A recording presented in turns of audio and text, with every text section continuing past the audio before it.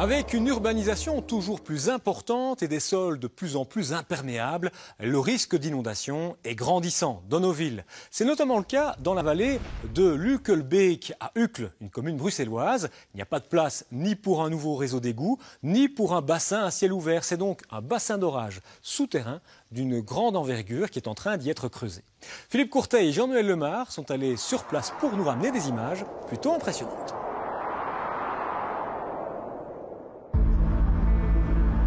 Nous sommes à l'entrée du tunnel impressionnant qui est en train d'être réalisé à Uccle. Un tunnel qui servira à terme de bassin d'orage.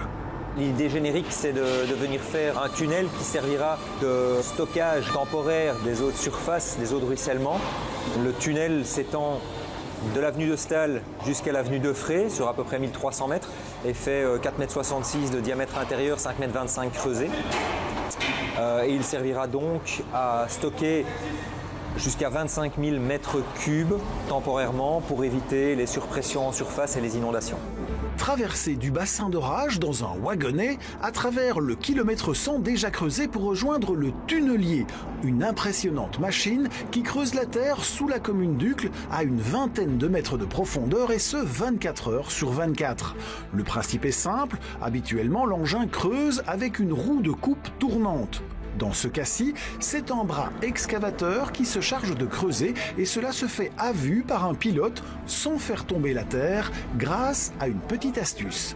Donc il maintient les terres devant lui grâce à une pression d'air qui est exercée sur le sol et puis on le creuse de façon assez manuelle, à attaque ponctuelle, donc un peu comme une machine de creusement le ferait en surface, sauf que là on est à 20 mètres de profondeur.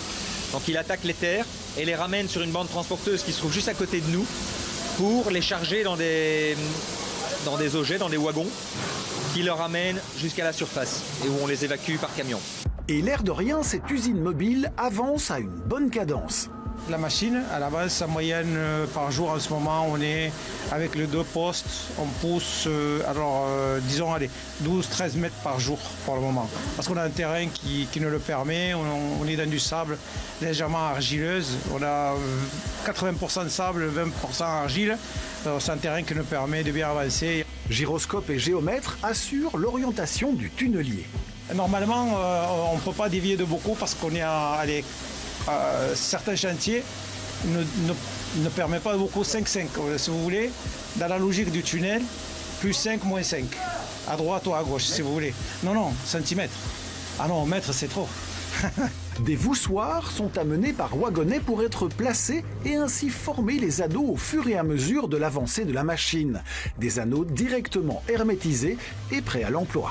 C'est fait pour résister à toutes les charges qui s'exercent sur le tunnel. Oui, donc chaque anneau est composé de voussoirs qui font 25 cm d'épaisseur, donc en moyenne 12 tonnes, béton armé, et qui sont dimensionnés pour reprendre en voûte complète, puisque c'est une voûte complète circulaire, la totalité des charges qui s'exercent sur le tunnel, pression de terre et pression d'eau. Situé dans la vallée d'Uckelbeek, le bassin d'orage évitera les inondations régulières. Sur le long du tracé du tunnel, qui fait 1,3 km, sont placés 5 déversoirs à des endroits stratégiques pour venir soulager le réseau de surface et alimenter le bassin de stockage temporaire. Les 25 000 mètres cubes d'eau atterriront en aval dans cette espèce de gigantesque bassin.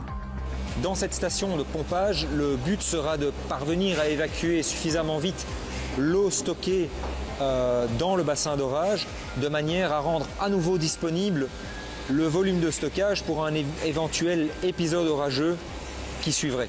Des simulations hydrauliques basées sur les caractéristiques du réseau d'égouts et sur les statistiques pluviométriques de l'IRM ont été réalisées.